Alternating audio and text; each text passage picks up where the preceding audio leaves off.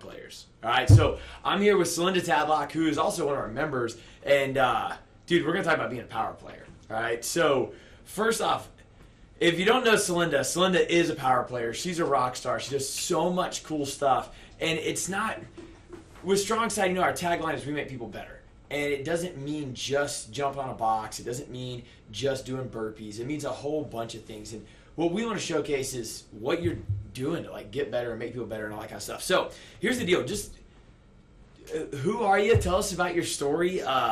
Where did you start? Where are you at now? Like, let everybody know about you. Awesome. Thanks, Mitchell. Well, first of all, it's an honor to be here. So thanks for selecting me to be one of your guests to speak to today. I think when I hear the words "my story," it almost kind of makes me laugh because a lot of my friends who maybe I haven't spoken to in a while, you know, they'll call me up and we'll start chatting, and probably the first question they ever ask me is, "So, tell me the latest Celyndas story." So I kind of have this reputation with my friends that if something's going to happen, it's probably going to happen to me. So, you know, lots of crazy stories, from falling 600 feet from the sky when the parasail broke. Oh, what? Yeah, to my first scuba diving adventure where the boat actually sank 2 miles from shore. To an engine blowing on a plane, to wing flaps not coming up, to even losing my diamond out of my wedding ring. So lots of just crazy stories like that can be funny. But I think on a more serious note, you know, there can also be those stories that are tragedy, or there's stories that really change the course and the direction of your life. You know, so with that, you know, I've kind of thought about my motto, or kind of my life theme, or my life first, as you might call it. And for me, that comes from Jeremiah 29:11. And it's all about God having a plan. So through all of these circumstances, no matter how crazy, I've had this guardian angel, or I've been protected. And usually things come out to be, you know, even better than they are. So God having a plan for your life is really that theme that I look to and I cling to. That's cool. So, and with going through all that craziness, the interesting thing is how you could navigate through all that craziness. So, like, I mean, like, so people that might not know anything about you, you went to pharmacy school and stuff like that, but you've really climbed the corporate ladder, and you've gone way over what a pharmacist might be. So, I mean, when you were going to school, did you think, I want to work for the big pharmacy companies, or I'm going to, you know, work for Aetna, or like, what have you done, and what does that journey kind of like looked like? Yeah, great question. So I would say no and no. No to any of that. Definitely, you know, didn't know what I wanted to be. It probably wasn't until the second year of college that I decided to really go to pharmacy school. But I can remember, you know, growing up in a really small rural town in North Georgia. My mom, many times, because we didn't have great access to health care, would take me to that local corner drugstore in the downtown part of the area, and take me to see that local community pharmacist. So I gained that respect for what they can do. Was always good at math and science, so I think I combined those two together. I think also growing up in that small town, I learned a lot about working hard, a lot about really the importance of getting an education. I learned about how an education isn't just a one and done. It's continuously learning every day. And then I also have surrounded myself in my life and in my career with people, you know, that I will say are much smarter than me, as well, so that I can really keep to learn. And giving back to the community and staying fit and staying healthy are also a part of what has really, I think, driven me to be successful. What's that saying? I love that saying. I love what you said. What's that saying? If you think you're the smartest person in the room, you need to find another room. Exactly. That's right. Yeah, you need to surround yourself. Like, so what like pushes you? I mean, so I don't know how you look at yourself, but you are definitely not, like, you're the 1%. You're not the 90%. That's why you're on power players, man. Like, you're the 1% trying to be better. Like, what wakes you up every day where you're like, I want to be a better me. I want to keep pushing. I'm not satisfied here. It's not like you're not unhappy. You're just never satisfied. Like, that's why you keep pushing, you keep grinding. Like, what is that? Yeah, absolutely. There's something in me, just that inner energy to want to be better and to want to do better. And I can tell you, the number one thing that I'm probably going to prove someone wrong is if anyone were to ever tell me, you can't do that. Yeah. Or you're not going to do that. I'm going to be the first to prove them wrong along that course. And, sometimes I think with that, you have to get creative and you have to get innovative. And I've also kind of oftentimes thought that, oh wow, am I viewed as one of those people where the rules are made to be broken? And maybe it's not that they're made to be broken, but they're made to be bent, to find another way. I mean, even you've been creative with that and keeping us connected through all this social distancing. Yeah. So just having that inspiration to be different and to be innovative and to drive, past that norm and past that next metric and that next goal.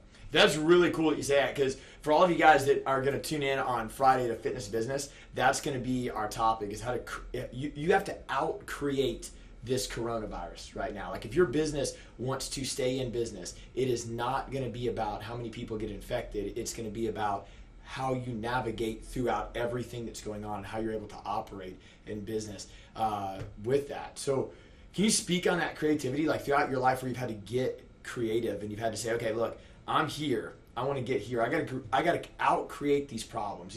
Whether that's been that you felt like people are in your way or you can't do this, or everybody's got haters. Whether they love you or don't love you, whatever, all these people telling you that you can't do it or that's just not possible. Maybe it's not you. They just weren't thinking big enough. They weren't thinking like a power player to get to the next level. And you said, look, I have to out-create this situation. Yeah, maybe if I go way back into my story, back to where I grew up. I grew up, again, in that really small town, and hard work, I think, was really instilled in me, and that I could really do anything if I worked hard. And I saw that in my family. So my children now will kind of laugh that they can't believe that I actually learned to drive a truck when I was 8 years old. But that was because living on a farm, my grandfather taught me how to drive the hay truck, because one of my many, many jobs was to pull up the truck and the guys would load the hay and then I would take that truck to the barn. Oh, snap. So that was my job.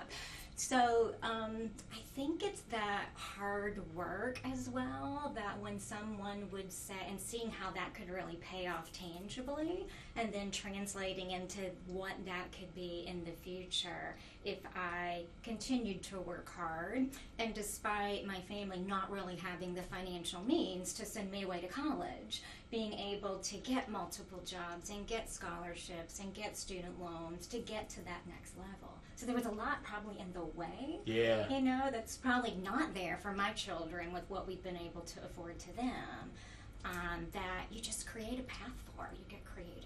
You did like trailblazing. You said, look, I don't care what it costs, I don't care what it takes, I'm going to put my head down, this is what I want to get, and I'm going to go get it. Absolutely. It's pretty cool. Yeah. So to get to college, how many jobs were you working? Oh, wow. So during regular college, I just had 2 part-time jobs. Just 2? Just 2. But as I went away to pharmacy, to professional school, actually job shared, where I would work night shift at Emory University Hospital Pharmacy, and 1 week I worked 32 hours on the 3rd shift, and the next week I only worked 20. So job shared that with another student so we could actually get healthcare benefits. Smart. Yes. Out creating the situation. Yeah. Man, that's cool. What, so I'm looking through my notes here. What's up with your brother being airlifted to Grady? Oh, yeah. So that's one of those life-changing events. I mentioned all the funny stories and all the near-life experiences, or near-death experiences, but this really was a near-death experience. And I often tell this story because in my career in pharmacy, I've now been through 10 mergers and acquisitions where the company I was working for either got bought or we bought another company, and we had to do those integrations, so jobs went away. And I find that during those times, it's kind of like what we're going through now with the virus. You go through that emotional swing. So first, you're denying this is happening. Then you get mad about it. Then you're in this valley of the shadow of death, and eventually you come out of it. But when things happen that turn your life around, I think you go through that really fast.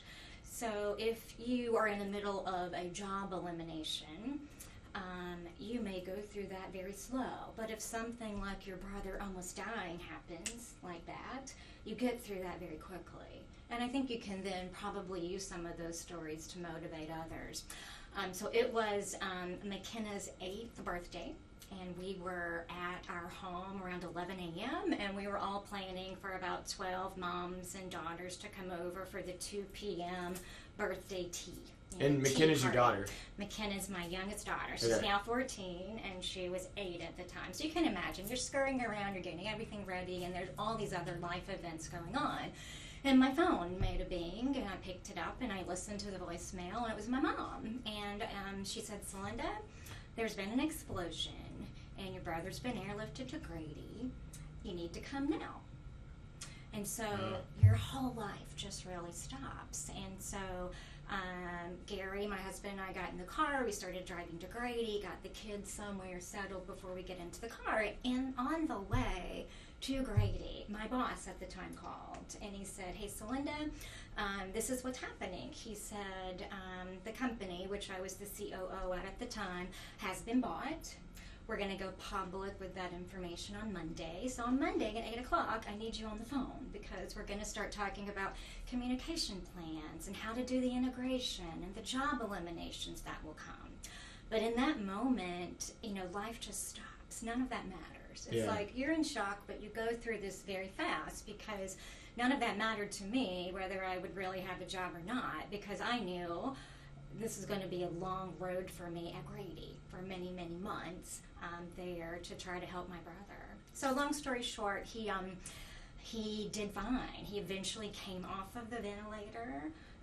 He did okay with having all the skin taken from the lower part of his body to do the skin grafts on the top part of his body that had 3rd and 4th degree burns. Wow. And life will never be the same, but he recovered.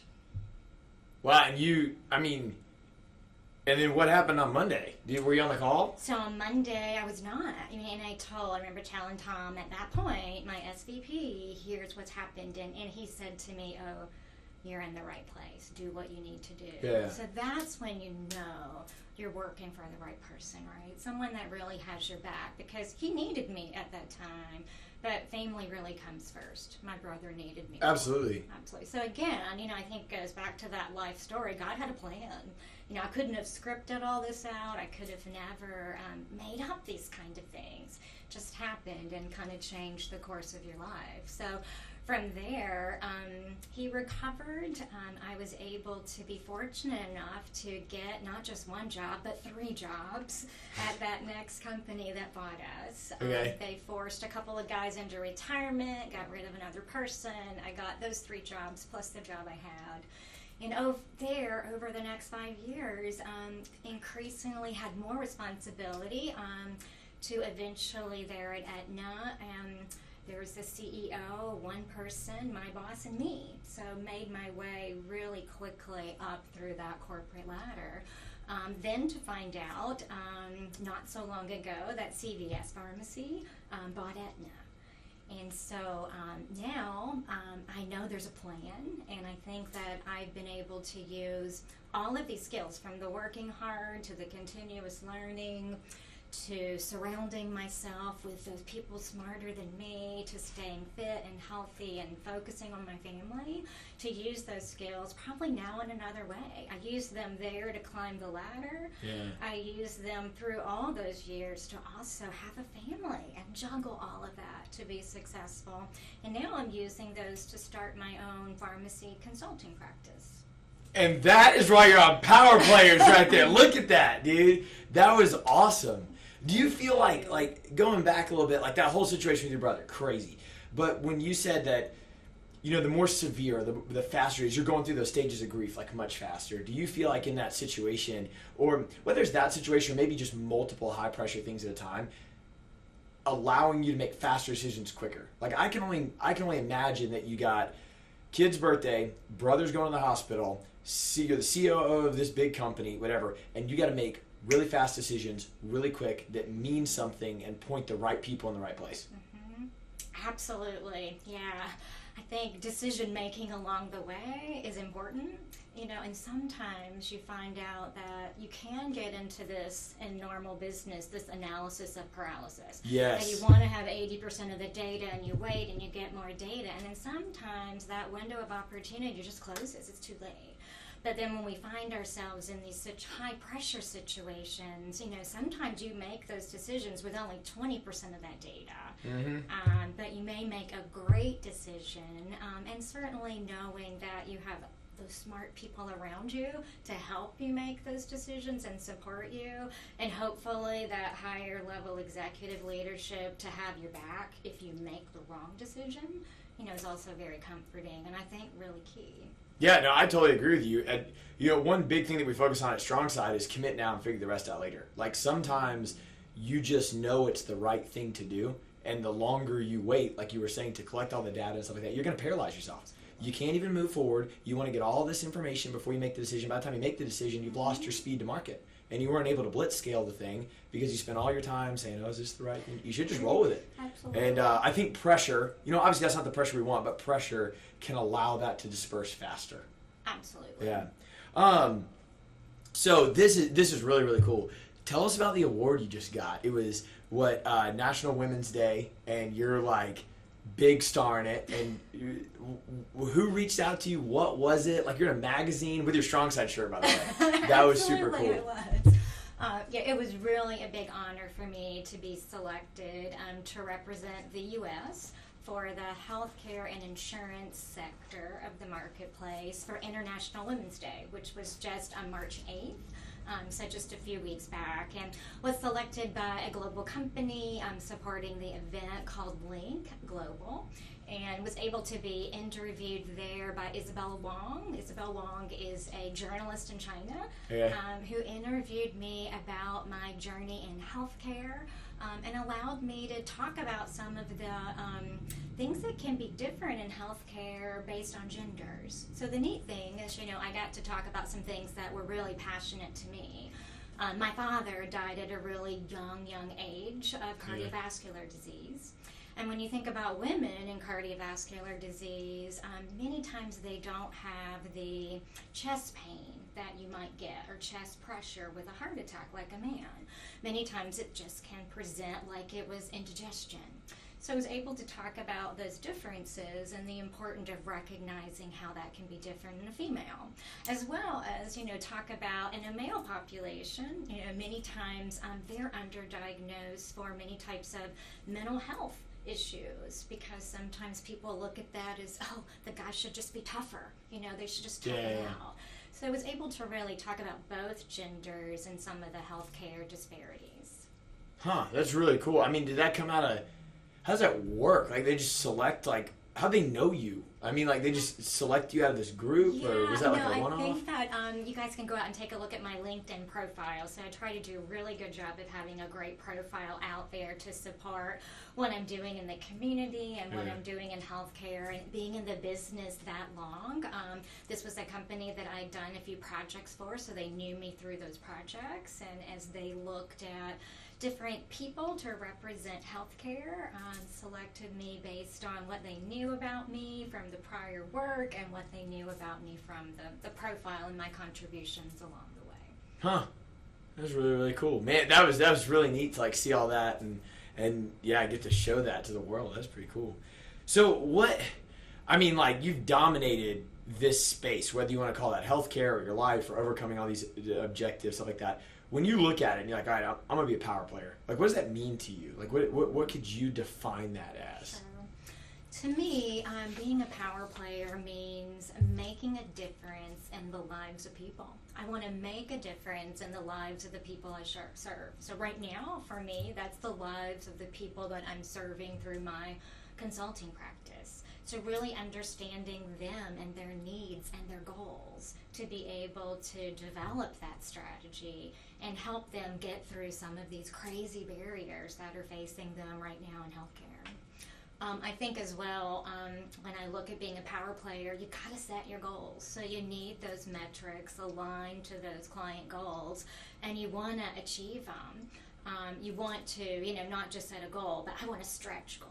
I want a high goal, and then I want to shoot the moon over that high goal to be able to really show that star performance. And again, I think sometimes it goes back to you got to be creative, you got to be innovative. Yeah. Sometimes you got to bend those rules, and I think what drives me through that goes back to just wanting to be better.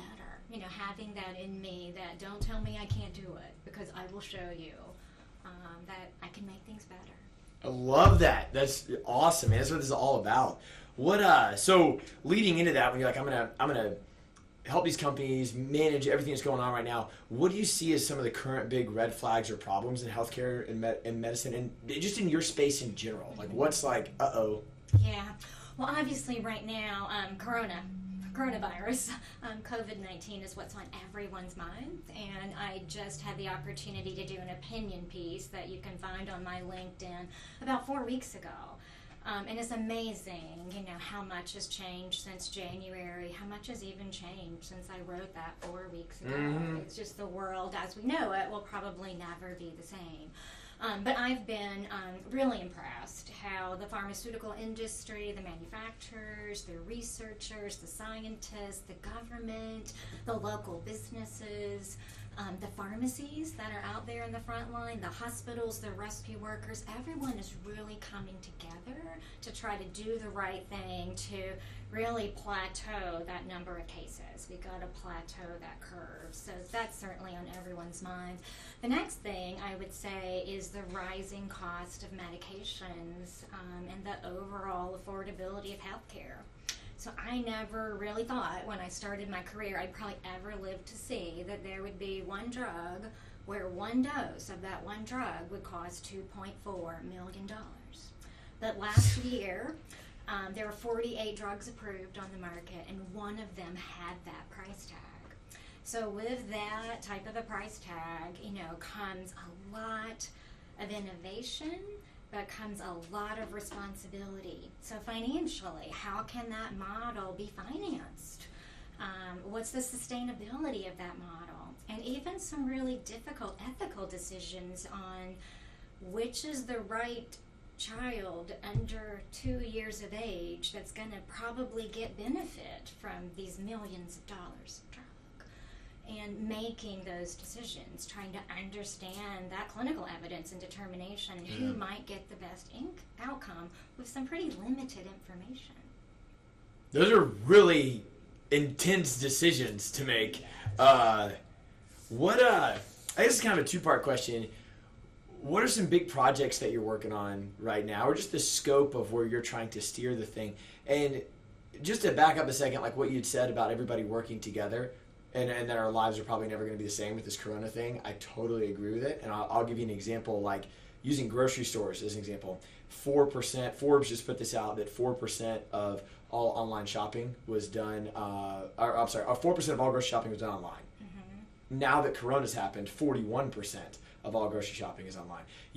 Amazon's going to start shipping medication, stuff like that. As these people collaborate, do you have any vision of, like, I think even 6 months from now, what the world's going to look like? I think it's going to turn out to be a good consolidation thing, but like, just what your predictions and what are you working on?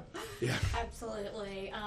So no crystal ball out there, but absolutely there'll be a lot of consolidation. There already was. You mentioned the grocery stores, and I have the privilege of working with about 200 locations of grocery store pharmacies to help them stay viable before all of this happened. And you can imagine now their people are on the front line. So they absolutely are collaborating and trying to figure out testing and how to get the personal protective equipment there for their employees to keep them safe so that they can continue to service the community. And from a pricing pressure standpoint, the premiums of healthcare are going to go up. because no one can predict right now all the medical expenditures that will happen. So insurance companies are going to be faced with setting some higher premiums, not really seeing the whole cycle of this. And that will put pressure, certainly on the manufacturers and those community pharmacies for lower prices, pressure on them to make more margin.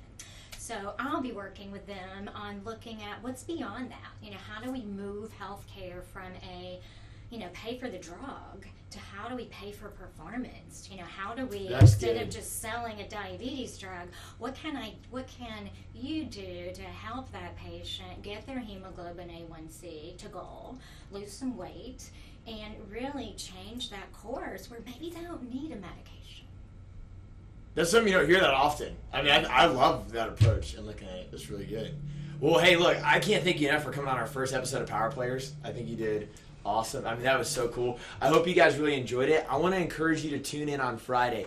I know. So this is today's all about power players, right? Bringing amazing people that are dominating their space, talking about what they're doing. Great. But we did allude to a lot of business stuff, and we're going to talk a lot about that on Friday. On Friday, we're going to talk about out-creating what's going on right now. Look, if you own a gym, if you're a trainer, I mean, I'll talk to anybody in business, but I know my space is gym and training and stuff like that, and you're going to have to out-create that. The market's going to be different. People are going to shift. Things are going to consolidate. What are you going to do? The people are still going to want your service, but what decisions are you going to make to be able to do that? And I can promise you want to talk about hard decisions?